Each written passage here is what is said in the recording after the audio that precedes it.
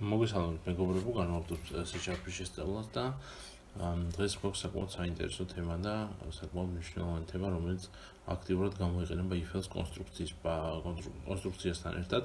ესენი არიან ლოგიკური ოპერატორები.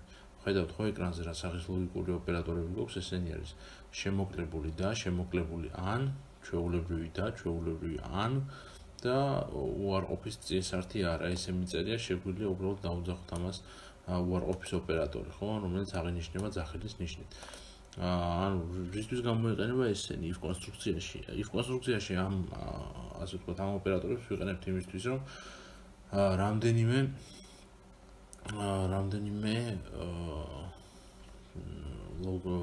რამდენიმე ლოგიკა თუ გვაქვს შესამოწმებელი, ისინი ერთმანეთთან დავაკავშიროთ და ამათი დახმარებით რაღაც პრინციპით შევამოწმოთ. მოდი ახლა ვნახოთ როგორ გამოიყენებიან ისინი საქმეში.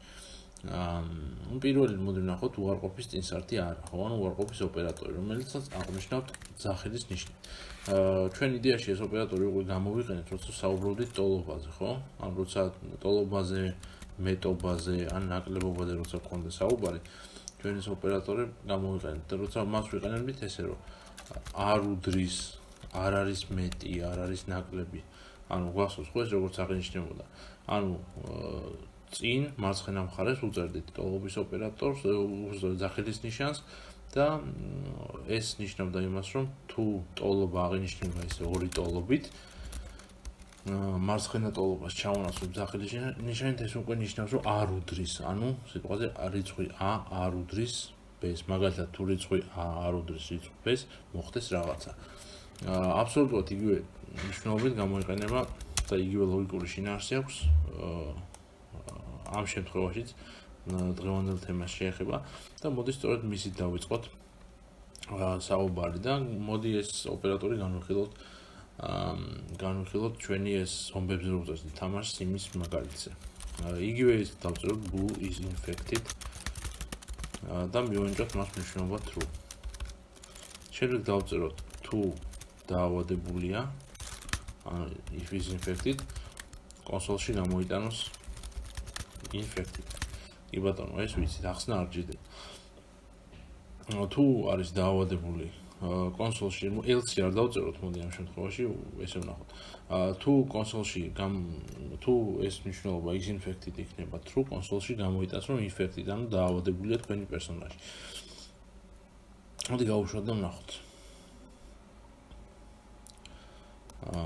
კი ბატონო, როგორც მოველოდეთ, გვიწევს რომ თქვენი პერსონაჟი არის ავად. ხო, თუ აი ამ ჩვენ is infected პირობას წინ დავუწერთ ძახილის ნიშანს, მოდი გავუშვათ და ვნახოთ რა მოხდება. ნუ გავუშვით და კონსოლში ხედავთ რომ არაფერს არ ბეჭდავს. არ ბეჭდავს რატომ? იმიტომ რომ ეს კითხულობს ესეთნაირად. თუ თქვენი პერსონაჟი არ არის ავად.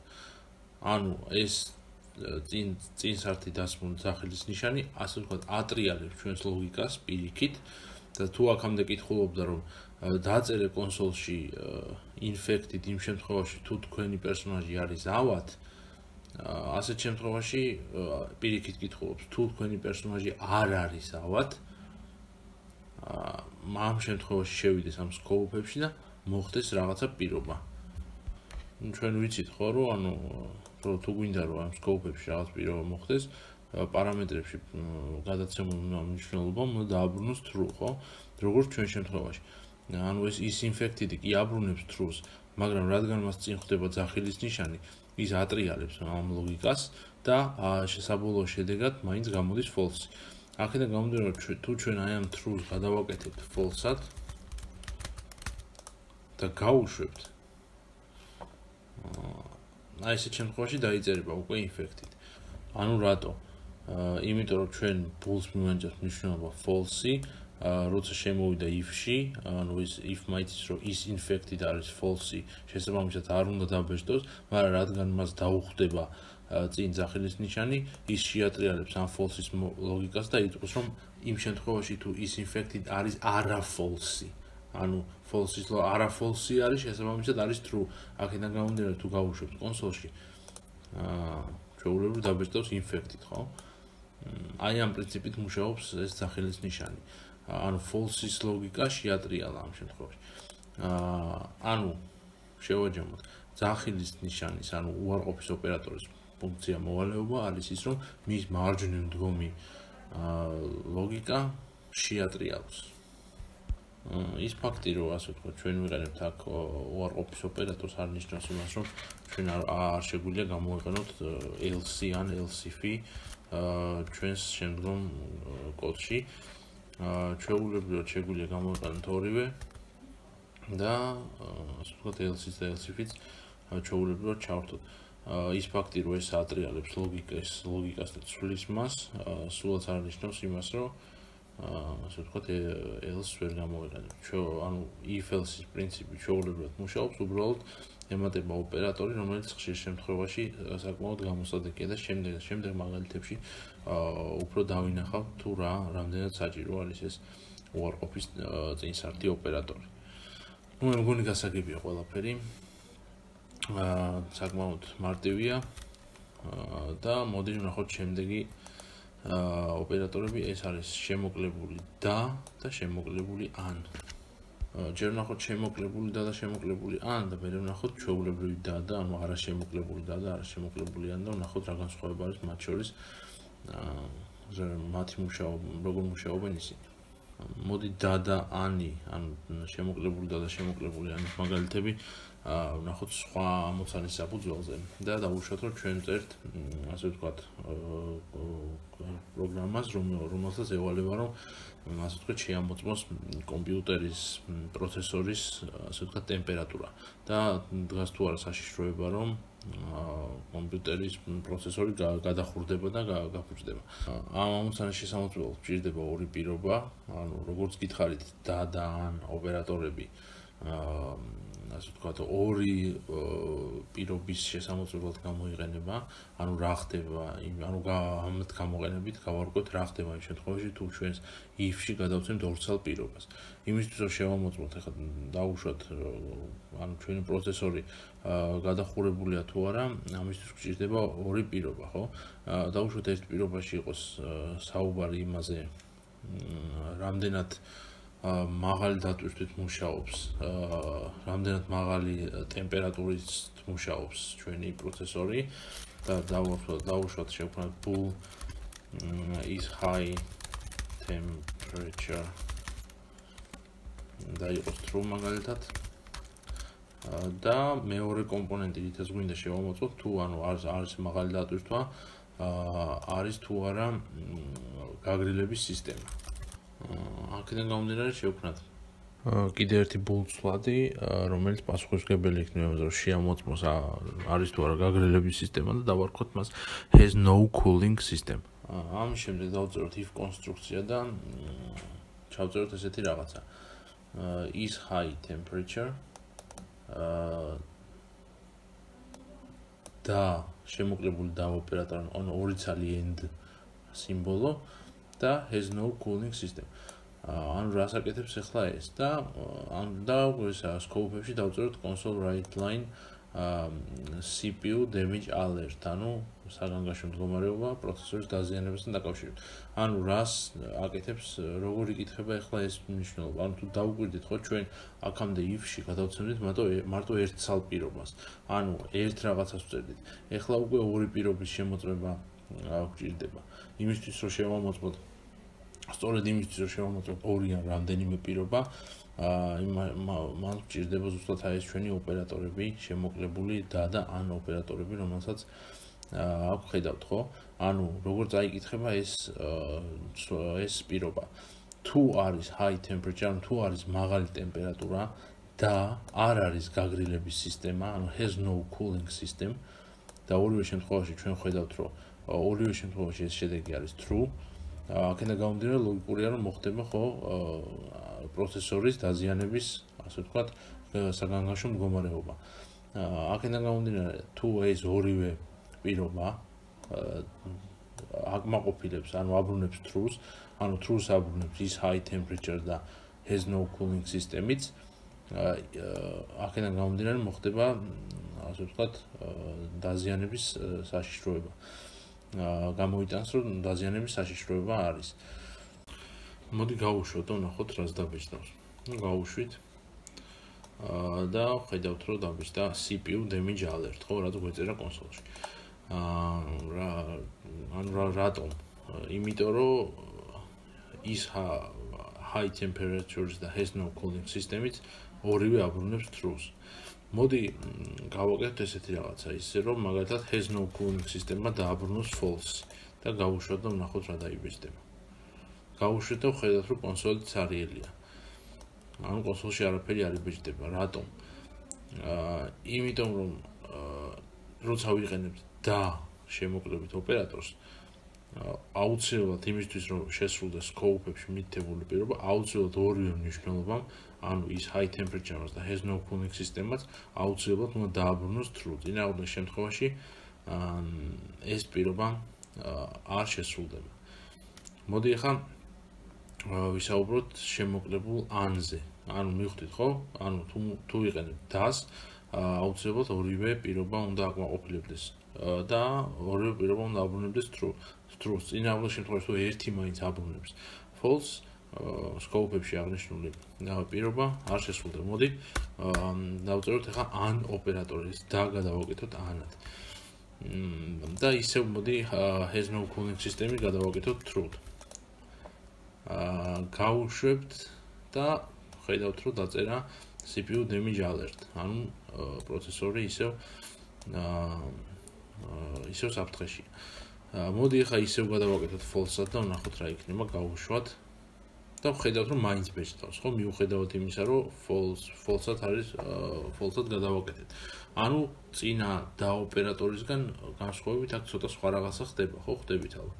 ანუ ეს წაიკითხება ესე, თუ არის მაღალი ტემპერატურა, ან არ არის გაგრილების სისტემა, ანუ დავყვირთ სიტყვა ანის მნიშვნელობას, ანუ ამ ორი პირობიდან ერთი მაინც თუ აკმაყოფილებს შესაბამის კრიტერიუმს და აბრუნებს truth, აქედან გამომდინარე ხდება ეს პირობა. ანუ თუ დასთვის სასიცოცხლოდ მნიშვნელოვანია, რომ ორივე აბრუნებდეს truth, ანის შემთხვევაში, ანუ ან ოპერატორის შემთხვევაში, საკმარისია რომ გადაცემულ პირობათაგან ერთი მაინც აკმაყოფილებდეს და აბრუნებდეს truth. ასეთ შემთხვევაში შევა აქ და მოხდება შესრულებული პირობა, ანუ რაც გვიწერია პირობაში. ნუ ცხადია თუ ორივეს false-ად გადავაკეთებთ, რა თქმა უნდა, არ შევა ხედავთ ცარიელია კონსოლი. არ შევა და არ დაკმაყოფილებს პირობას.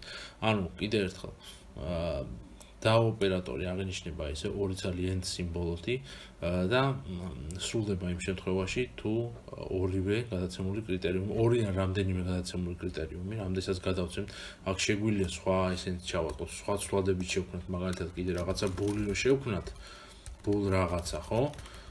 და კიდევ აქ გადავცეთ და ანს და ნახოთ რა რამდენიმე შეგვიძლია, ანუ არ არის აუცილებელი რომ ორ ცალზე ვაკეთებთ მარტო, ხო? რამდენიც გვინდა, იმდენზე შეგვიძლია შევამოწმოთ. აქედან გამომდინარე, იმ შემთხვევაში თუ ვიყენებ DAS, ანუ მნიშვნელოვანი რომ ყველა პირობა, რომელსაც გადავცემთ ჭრილებში, აბრუნებდეს truth, იმ შემთხვევაში თუ ვიყენებთ AN ოპერატორს, საკმარისია რომ ერთი პირობა მაინც აბრუნებდეს truth და ასეთ შემთხვევაშიც შევა ამ ჭრილებში და შესრულდება ჩვენს მიერ გადაცემული პირობა.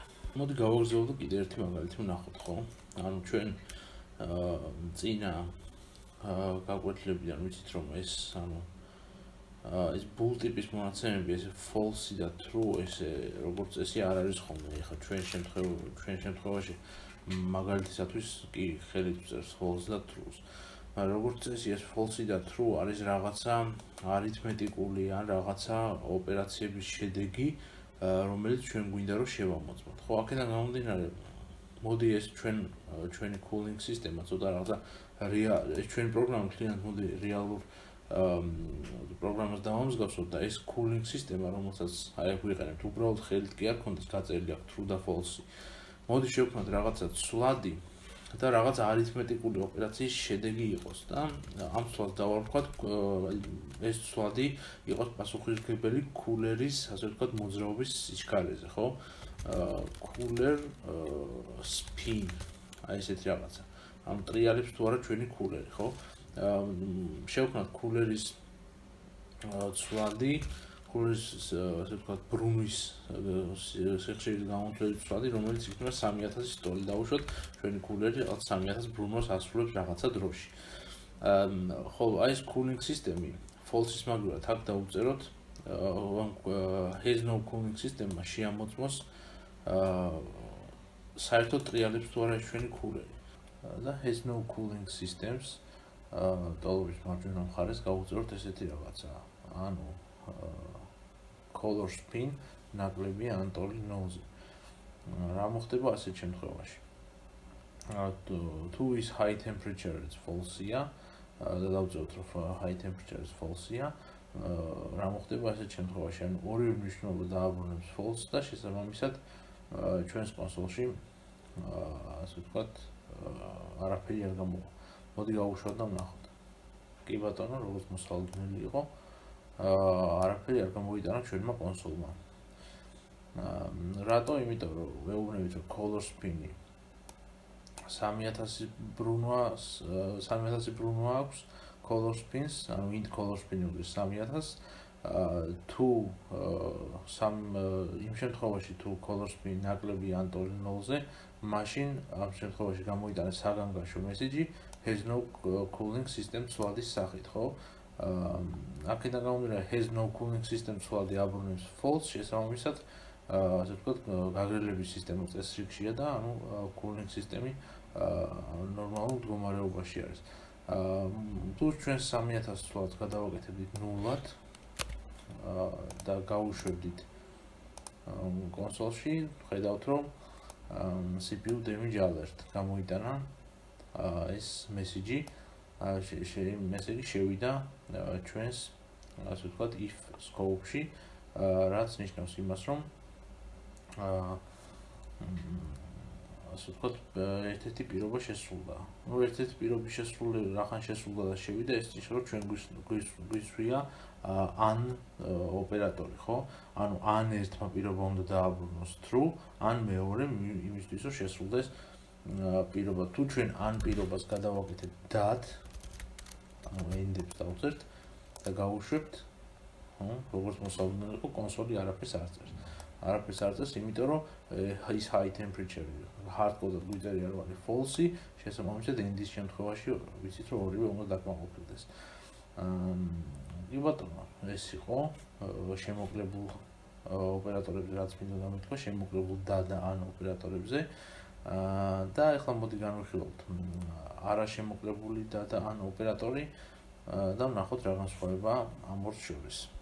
ანუ განსხვავება ამ ორ ტიპს შორის არის ის, რომ შემოკლებული ასე ვთქვათ ოპერატორი იმიტომ არის შემოკლებული, რომ იგი ასე ვთქვათ ორივე პირობას ამოწმებს, უბრალოდ ორივე პირობის შემოწმება, როცა არ არის საჭირო, ის არ ამოწმებს ორივე პირობას. ხოლო ასე ვთქვათ, ერთი ცალი და an-ს თუ დავწერთ, ანუ ერთ ცალ სიმბოლოს, ის ანუ არ აქვს მნიშვნელობა ჩვენ ასე ვთქვათ, პირველივე შემთხვევაში false დააბრუნოთ თუ true-ს აუცილებლად შევა და ორივე პირობას შეამოწმებს, ხო? ანუ როგორ მუშაობს ახლა ეს მოდი ვნახოთ. მოდი ცოტა დავარედაქტიროთ ჩვენი კოდი, ეს cooler spin-ი მთლიანად მოუშავოთ არ გვჭირდება და აქაც ჩვეულებრივად ავდგეთ და ორივე მნიშვნელობას, ანუ has no cooling systems-ას და is high temperature-საც false-ები მივანიჭოთ. ნუ if-ში ასე ვთქვათ, პირობა შევამოწმოთ, მოდი ჯერ ორი ცალი end ოპერატორის ან შემოკლებული და ოპერატორის საშუალებით. დავწეროთ ორი ცალი end სიმბოლო და ნუ ვიცით ეს როგორც მუშაობს, მისთვის მნიშვნელოვანი არის, რომ ორივე პირობა, ანუ მის მარცხნივას და მის მარჯვნივას დგომი პირობა აკმაყოფილებდეს და აბრუნებდეს true-ს. ამ შემთხვევაში იმუშავებს გამართულად ეს ოპერატორი და ეს ლოგიკა. მაგრამ რა მოხდება იმ შემთხვევაში თუ მის მარცხნივ დგომი, ანუ პირველად რაც წაიკითხება, ის მონაცემი აბრუნებს უკვე false. რა მოხდება ესეთ შემთხვევაში და თუ დავსვათ ორ ცალ end სიმბოლოს, ანუ შემოკლებული და სიმბოლოს, ეს შეხედავს is high temperatures და თუ ის უკვე აბრუნებს false, ანუ პირველი მონაცემი თუ უკვე აბრუნებს false, მეორე მონაცემს საერთოდ აღარ შეხედავს. იმიტომ რომ მან ხომ იცის რომ მას ჭირდება ორივესგან თანხმობა, ანუ ორივეს true ჭირდება. იმ შემთხვევაში თუ პირველივე false-ია, მეორეს შეხედავს აზრი აღარ აქვს რეალურად, ხო? მეორე true-ს დააბრუნებს თუ false, მნიშვნელობა არ აქვს და ამ შემთხვევაში.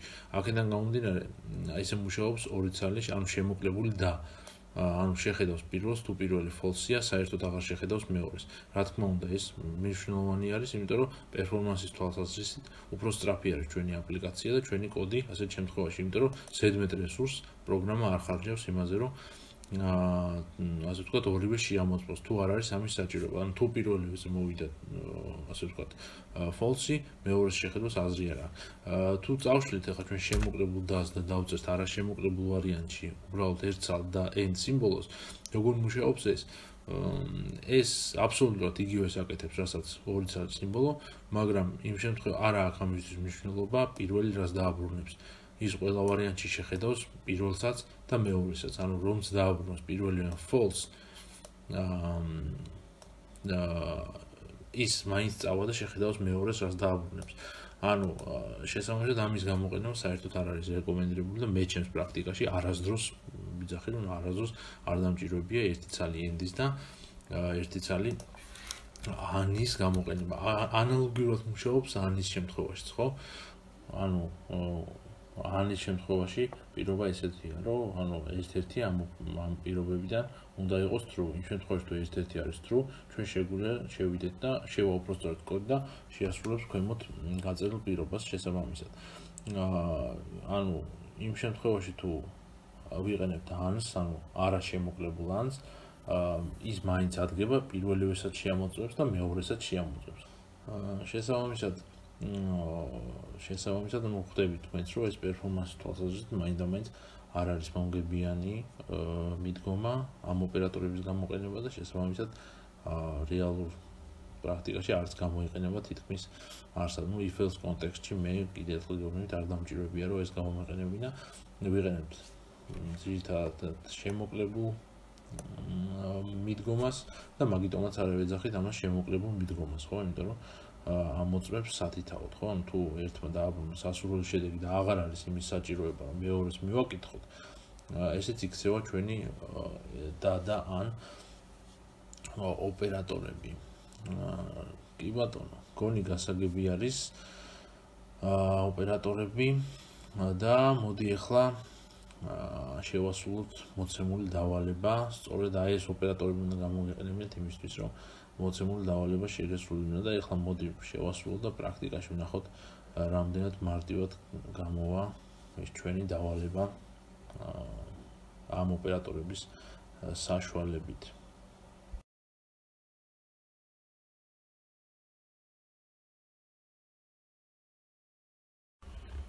ნუ გადავხედოთ მოდი აპლიკაციას, რაც გვეუბნება ის და რა არის ამოცანის პირობა.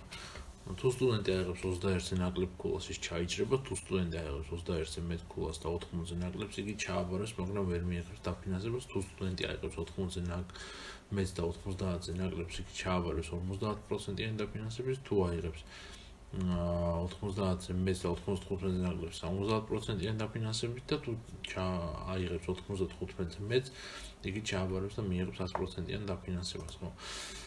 მოდი შევქმნათ რაღაცა ცვლადი, სადაც დავიმახსოვრებ სტუდენტის მიერ აღებულ ქულას. ეს ცვლადი შემოიყვანოს მომხმარებელმა კონსოლიდან.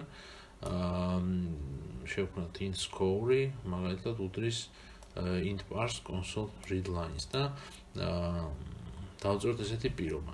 თუ ეს score, ანუ ქულა ნაკლებია 21-ზე, კონსოლში გამოვიტანოთ exam failed. ანუ გამოცდაში ჩაიჭრა სტუდენტი. ნუ თუ 21-ზე ნაკლებს აიღებს, ესეც უნდა იყოს. იმ შემთხვევაში, ანუ else if-ით გავაკეთოთ, თუ ქულა მეტი ან ტოლი 21-ზე და აქ ვიყენებთ უკვე და ოპერატორს. Ну, პრინციპში ამ ამოცანის გასაკეთებლად მარტო შემოკლებული და ოპერატორი გვჭირდება, ხო? აქედან გამომდინარე დავწერთ თუ ქულა მეტი ანტოლი 21-ზე და ქულა ნაკლებია ანტოლი 80-ზე. დავუკვირდით როგორ წერთ, ანუ if score მეტი ანტოლი 21-ზე და თავი დამწერთ score ნაკლები ანტოლი 80-ზე. მაშინ კონსოლში გამოვუტანოთ მესენჯერ გამოსდა ჩაბარებულია, მაგრამ გრანტის გარეშე. Without grant. კი ბატონო, სხვა შემთხვევაში ანუ ელსიფში თუ ქულა მეტი ანტოლი 80-ზე და ქულა ნაკლები ანტოლი 90-ზე, უთხრათ რომ თქვენ ჩააბარეთ გამოსდა 50%-იანი გრანტით. სხვა შემთხვევაში თუ 90-ზე მეტია და 95-ზე ნაკლებია, უთხრათ რომ თქვენ ჩააბარეთ 70%-იანი გრანტით. და სხვა შემთხვევაში თუ 95-ზე მეტი აიღო, უთხრათ რომ ჩააბარეთ 100%-იანი დაფინანსებით. მოდი დებაგერები დავსვათ ყველა პირობაზე და ნახოთ სად როდის, ასე ვთქვათ, შევა და სად რა მომენტში სად შევა. გავუშვათ ჩვენი აპლიკაცია და ვნახოთ როგორ იმუშავებს. თუ დავუშვათ გადავცემთ თუ დავუშვათ ჩაიჭრა და აიღო, დავუშვათ 17 ქულა, ხო? გადავეცი 17 ქულა და ხედავთ შევიდა if-ში, ხო? თავიდან ვიცით თუ ყველა შემთხვევაში ჯერ პირველად if-ში უნდა შევიდეს, ხო? იმიტომ რომ როგორც აღნიშნეთ წინააღმდეგში, else-ები და else-if-ები if-ის გარეშე არ არსებობს, ხო? ამიტომ პირველში if-ის პირობა უნდა შეამოწმოს. თუ გადავა if-ში, შევიდეთ და ვნახოთ გადავიყვანთ ერთი ნაბიჯით წინ და დიახ შევიდა if-ის scope-ში. ანუ აღარ გააგრძელა გზა შემდეგ, იმიტომ რომ პირობა აკმაყოფილებს ჩვენს მიერ გადაცემულ, ასე ვთქვათ, პირობებს. უბრალოდ ქულა აკმაყოფილებს ჩვენს მიერ გადაცემულ პირობებს. ანუ გადავეცი 17 ქულა და if-ში წერია რომ თუ ქულა ნაკლები არის 21-ზეო, შესაბამისად 21-ზე ნაკლები არის. აქედან გამომდინარე if-ის ფრჩხილებში გადაცემულ პირობამ დააბრუნა შედეგი true. აქედან გამომდინარე აღარც არის საჭირო რომ შემდეგ პირობებს შეხედოს, ხო? კონსოლში გამოვიტანს ტექსტს exam failed, ანუ ჩაიჭერთ გამოცდაში და დაასრულებს პროგრამას, ვხედავთ რომ დებაგერის ყვითელი ის არის, სხვა პირობებს უბრალოდ გადაახდება. მოდი თავიდან გავუშვათ და დავუშვათ ჩვენმა სტუდენტმა გამოცდაზე აიღო 58 ქულა. გავუშვათ და ვნახოთ, ну ისევ შეიხედა if-ში ჯერ გადავიყვანთ ერთ ნაბიჯს, ვხედავთ ხო if-ის scope-ს გადაახტა, ანუ failed exam-ი აღარ დაწერა და შემდეგ პირობას შეხედა. შემდეგი პირობა გვეუბნება თუ მეტია 21-ზე აღებული ქულა და ნაკლებია 80-ზე, რაღაცა მოხდება, ხო? წესით ეს უნდა მოხდეს. მოდი გავუშვათ, დიახ, კი ბატონო, შევიდა console write line-ში და დაწერა exam passed without grant, ანუ ჩააბარე დაფინანსების გარეშე.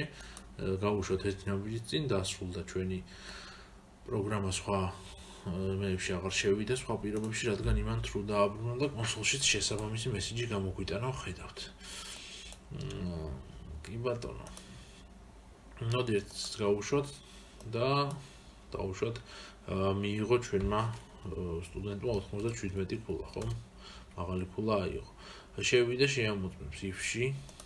Ну, if-მა დააბრუნა, if-ის პირობამ დააბრუნა false-ში, შესაბამისად scope-ებს გადაახტა. შემდეგ else-ში შემოვიდა, მეორემაც false-ი დააბრუნა. კიდე ერთ else-ში შემოვიდა, მანაც false-ი დააბრუნა. ესეც შემდეგის false დააბრუნებს, იმიტომ რომ 90-სა და 95 შორის ასე ვთქვათ, მე არის პირობა, ჩვენ კი მივეცით მას 97, ხო, შესაბამისად უნდა შევიდეს ბოლო else-ში, ხო? ანუ 95-ზე მეტში. კი ბატონო, შევიდა ბოლო else-ში და console write line ში დაწერა exam passed with 100% grant, ანუ ჩააბარეთ 100%-იანი დაფინანსებით და დაასრულეს პროგრამას. Ну, მივხვდით ხო როგორც მუშაობს და რამდენად გაგვიმარტივა აი ამ ჩვენმა და ოპერატორმა, ამ შემთხვევაში მარტო და ოპერატორი დაგვჭირდა, ან ოპერატორის გამოყენება არ დაგჭირებია, მაგრამ მომავალში მოგცემთ დავალებებს კიდევ, სადაც ან ოპერატორიც საკმაოდ გამოგვადგება. რა ვიცი, ლოგიკური კონსტრუქცია შეიძლება ვთქვათ, რომ გავიარეთ, switch case-ი დაგვრჩა სახსნელი და შემდეგ ლექციაზე switch case-ებს მივხედავ და ვისაუბრეთ ამაზე, ძალიან გავს if-else კონსტრუქციას, მაგრამ if-else-ი უფრო ძლიერი არის საკითხები, სადაც ისი გაკეთებაც switch case-ით არ შეიძლება, მაგრამ if-else-ით შესაძლებელია. აღარ გავასწრებ მოვლენებს. დღეს ვფიქრობ, ბევრი ინფორმაცია მივიღეთ, ამიტომ გაიაზრეთ რაც საზეც ვისაუბრეთ დღეს და მომავალ შეხვედრამდე მადლობა ყურადღებისთვის.